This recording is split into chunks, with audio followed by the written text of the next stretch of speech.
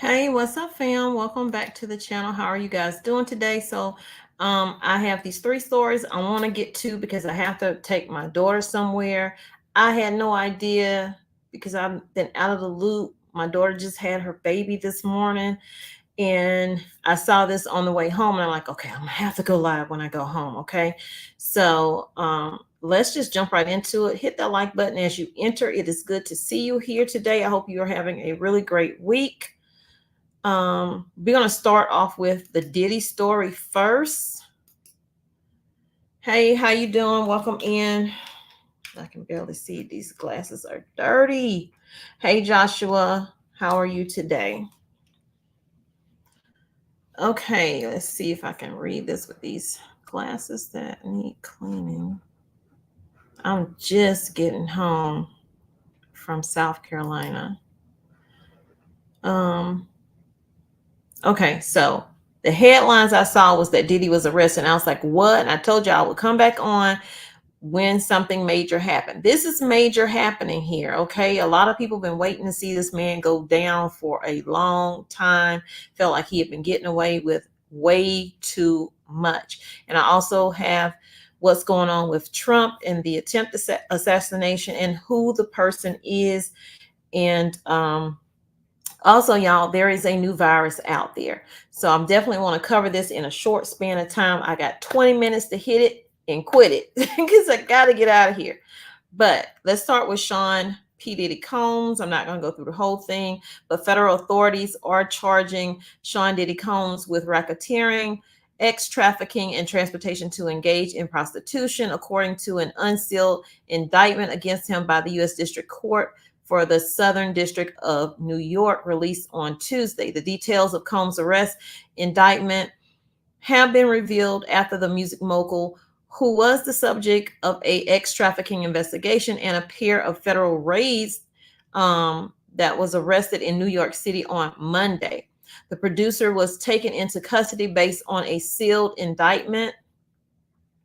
The SDNY announced on social media, noting it would have more to say after the indictment was unsealed Tuesday morning. Multiple AR-15 guns, large capacity magazines, evidence of the crimes in the indictment, and over 1,000 bottles of baby oil and lubricant were discovered during the raid. Jesus. Oh my God. Just nasty. According to the U.S. Attorney for the Southern District of New York, I know these people probably double glove going through his place and blue lighting. This is just, according to the 14-page indictment, y'all, that's a lot, filed by the New York District Court. Combs turned his multifaceted business empire into a criminal enterprise in which he and his associates engaged in trafficking, forced labor, and other crimes. I don't think this man gonna go down by himself. And a lot of people are saying they feel like it's gonna be an Epstein moment and he might not make it out of that jail because of everything that he know and all the videos that he might have on high-powered people. But I don't know, allegedly. Combs threatened and coerced women to fulfill his sexual desires, the indictment said. We're disappointed with the decision to pursue what we believe is an unjust prosecution. This is, of course, his attorney speaking of Mr. Combs by the U.S. Attorney's Office. Combs' attorney said, Combs is a music icon, self-made entrepreneur, loving family man, and proven philanthropist who has spent the last 30 years building an empire, adoring his children, and working to uplift the Black community. Let me think. I'm Black. The music was good, but at what cost? Because apparently these people were suffering under him. He is an imperfect person, says the attorney, not a criminal. So he was arrested in New York following trafficking investigation. Here's why he was arrested. Combs was arrested on one count of trafficking, one count of racketeering, and one count of transportation to engage in Prostitution. According to the indictment, federal prosecutors allege Combs abused, threatened, and coerced women and others to fulfill his sexual desires in a recurrent and widely known pattern of abuse. Combs' abuse, they claim, ranged from the emotional and verbal to the physical and actual. His criminal enterprise included trafficking, forced labor, interstate transportation for purposes of prostitution, coercion, and enticement to engage in prostitution, kidnapping, bribery, narcotics offenses, and arson, among other crimes, prosecutor alleged. I think the arson part might come into play when another rapper who was allegedly seeing his former girlfriend, Cassie, says that his vehicle exploded, allegedly. He manipulated women to participate in highly orchestrated performances of actual activity with male commercial ex-workers, which I hear that a lot of them have been talking to federal investigators as well to ensure their participation. Combs would distribute drugs like ketamine, ecstasy, and what's that, gamma hydra, anyway, GHB, and control their careers or leverage his money, threatening to cut off financial support and using intimidation and violence. Well, he got a lot going on. Women were lured into the lifestyle under the pretense of a romantic relationship. According to the indictment, the rapper would send victims into hiding for, in some instances, days at a time to conceal their abuse. And when they attempted to flee, Combs would send employees to find them. And that statement, I think they're referencing Cassie because that is a part of what she had in her case against him as well, that he would abuse her allegedly. I shouldn't say allegedly because we've seen the videotape of him doing it.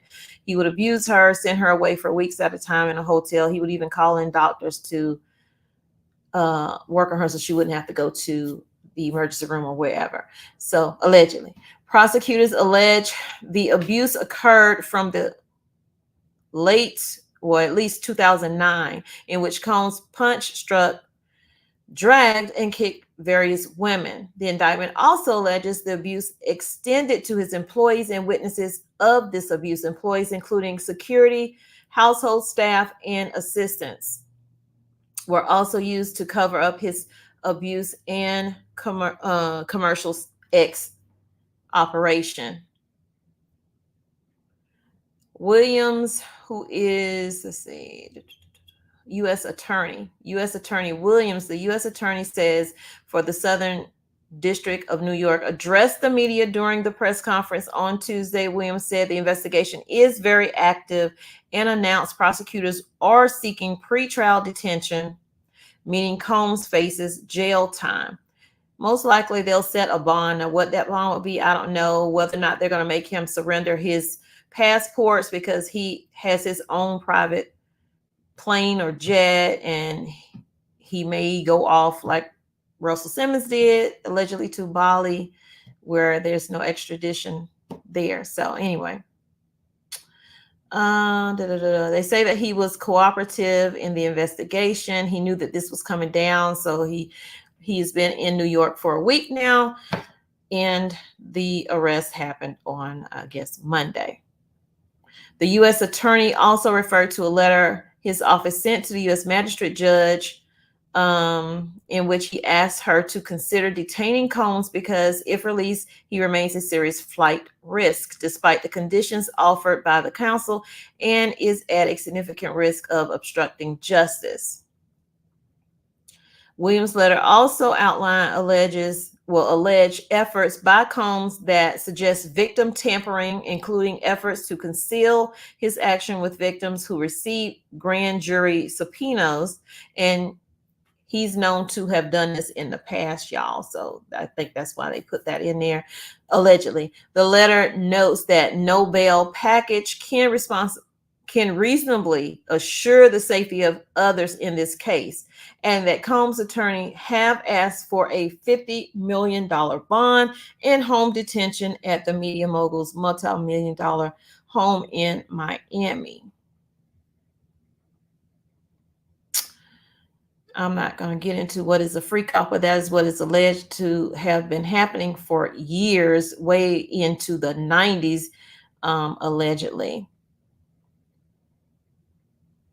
No, I'm not reading it. Sorry, y'all. Some things I just don't want to read. So, in addition to the X stuff and all the things that go along with that, there's drugs. Combs and his employees also conducted freak-offs by booking hotel rooms and stocking them with supplies, including baby oil, lube, extra bed sheets. Oh my goodness.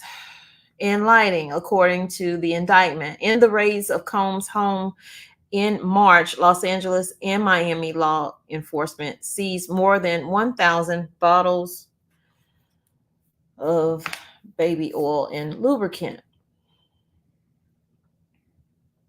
They just done changed the whole song up. 99 bottles of beer on the wall. They done changed the whole song up.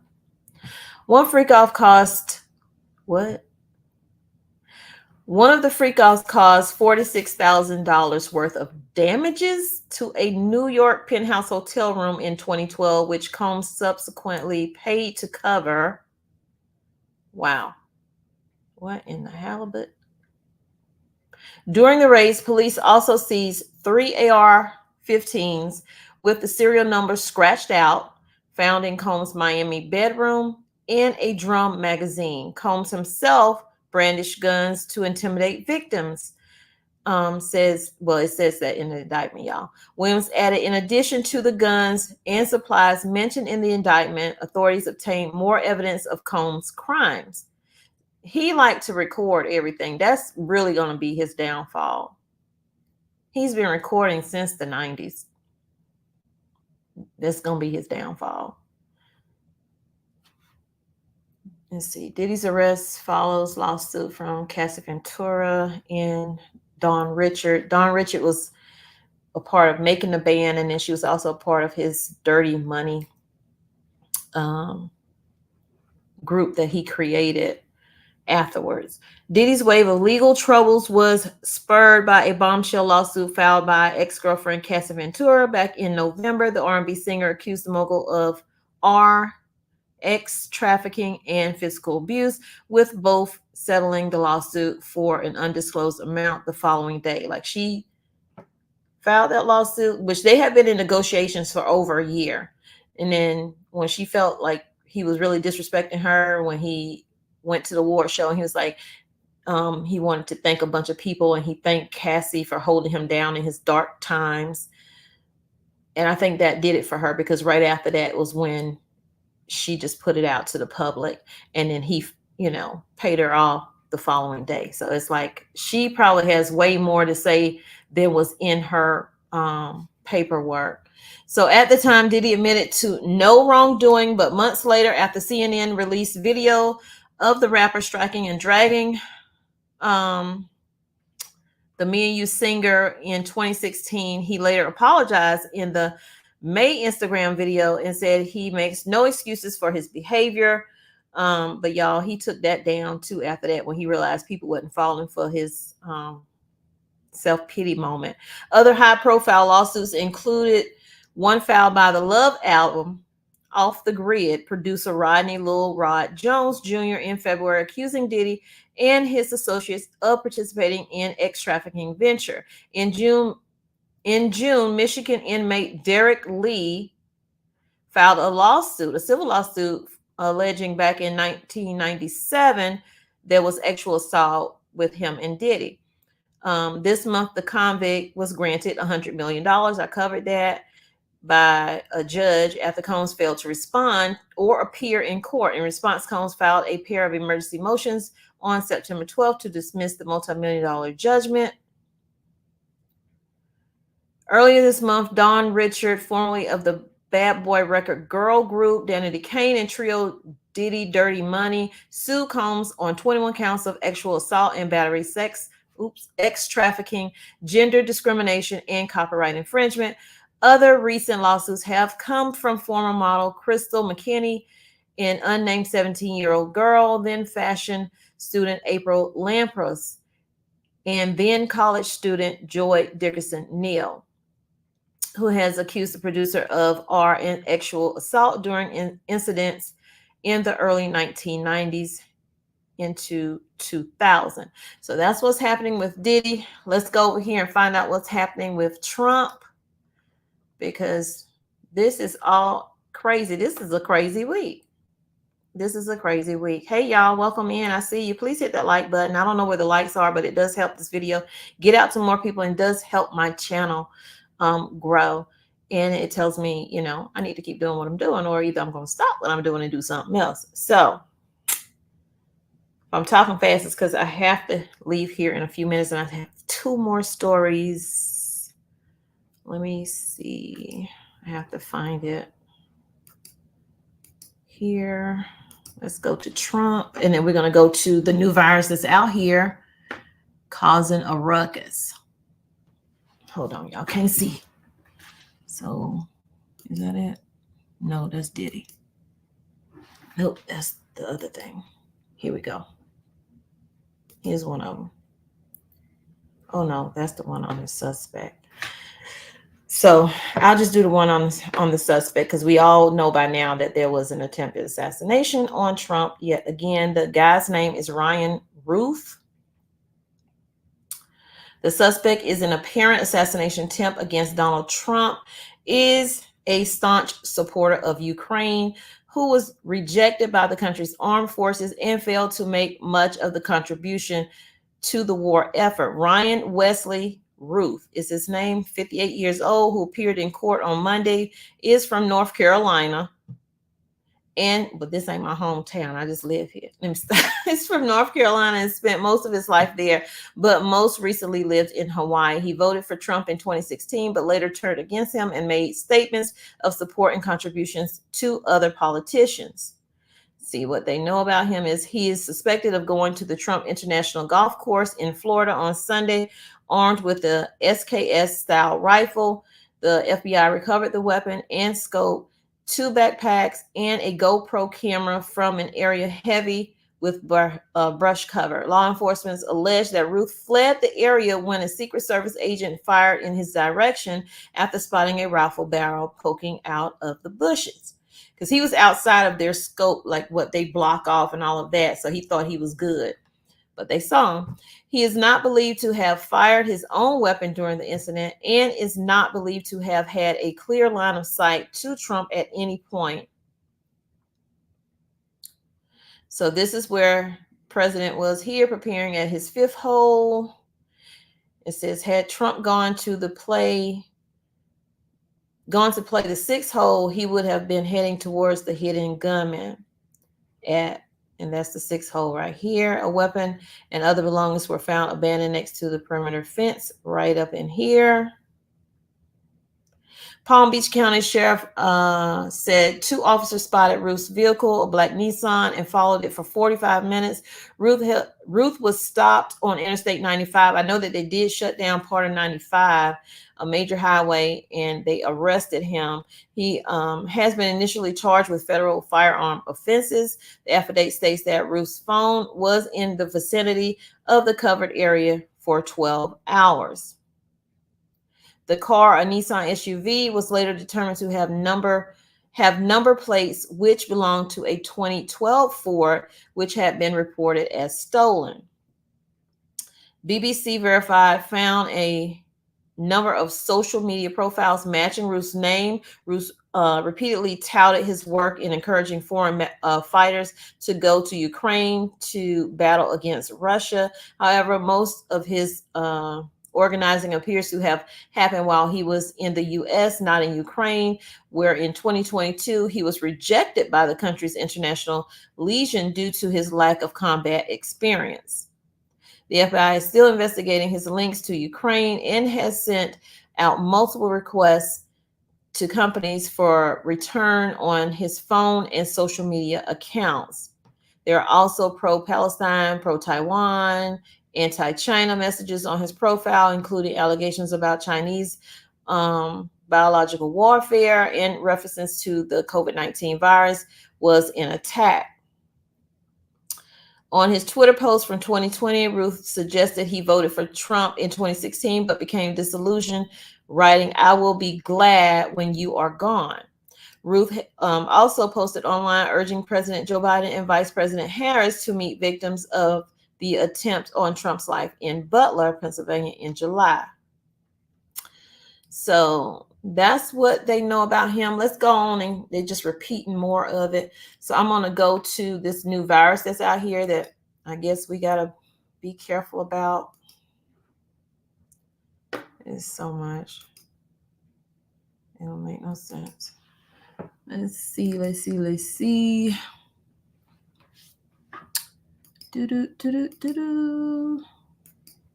Here we go. Okay, what's going on here? There's a virus that causes paralyzing illnesses is spiking in the U.S. Wastewater data is showing that.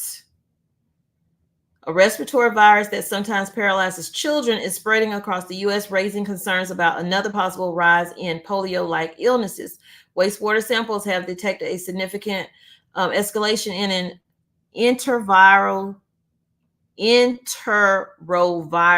called D68, that's what I'm gonna call it, which is rare cases, has been linked to acute flaccid myelitis or AFM. The illness affects the nervous system, and that's just like the what is the mosquito one? It affects the nervous systems and causes severe weakness in the arms and legs. This most often occurs in young children. We are detecting EVD68 nucleic acids in wastewater across the country now, and the levels are increasing, says a program director, a nonprofit monitoring network, and a professor of civil and environmental engineering at Stanford University. That's the first clue to suggest that the nation might see an increase in AFM this year, says Caitlin Rivers, an epidemiologist at Johns Hopkins Center for Health Security and author of Crisis Averted, The Hidden Science of Fighting Outbreaks. Well, we don't need to fight them because they keep coming up with them. They keep coming up with something new every single time. So here's the graph showing you how it's spiking right here at the end of July going into August. It says the second clue, what time is it? The second clue, she said, is that the time of year is right. Historically, September has been the biggest month for AFM cases. Anyone who's ever had the sniffles probably had an enterovirus. Really? They're that common. Most of the time, the viruses cause mild symptoms such as a runny nose, cough, headaches, and generalized feelings of me. Well, you know what? Those are all the same symptoms of COVID. How do you know what you have nowadays? Everything has the same symptom. The D68 strain started causing more serious problems in 2014 when the U.S. saw for the first time a spike in pediatric AFM. That year, 120 kids were diagnosed with that. There's no clue of specific treatments for the paralysis. Even the years of intensive physical therapy, many are left with life-altering disabilities. That is crazy.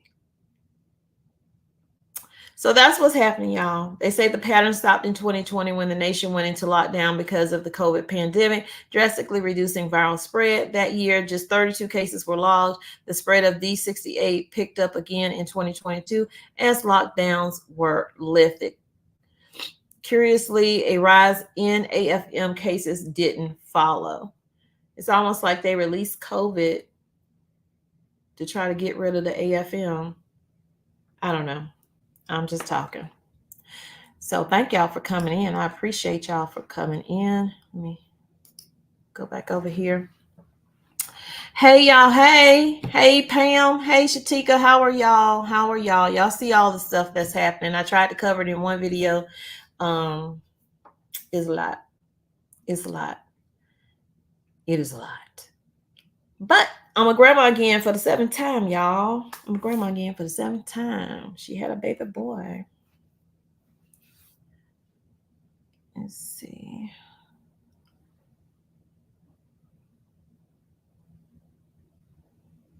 Hey, Happy Mac. Yeah, I think the baby did it. The baby making me feel uplifted right now. So it's always good to hold a little baby, smell a little baby. But I gotta go because I gotta take my daughter to where she's gonna be working at again. Same place. Bleh. I don't care for that place, but anyway, that's what she want to do. I can't stop her. So y'all take care. I'll see y'all in another video. Please hit the like button if you have not hit the like button. It does help the channel get out to more people.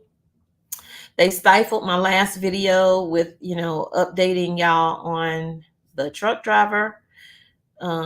They limited my monetization on that, and that's fine. But it's not fine at the same time because I'm not reporting anything different than anybody else is reporting. But anyway, neither here nor there. I'm shadow banned. So those likes do help. They do help. Sharing it out does help. Anytime you want to do super chat, that helps. Because YouTube want money, and that's how they get their money. They take a lot of our super chats, a lot of our super stickers. They get their cut, and then they give us the rest. That's how it works.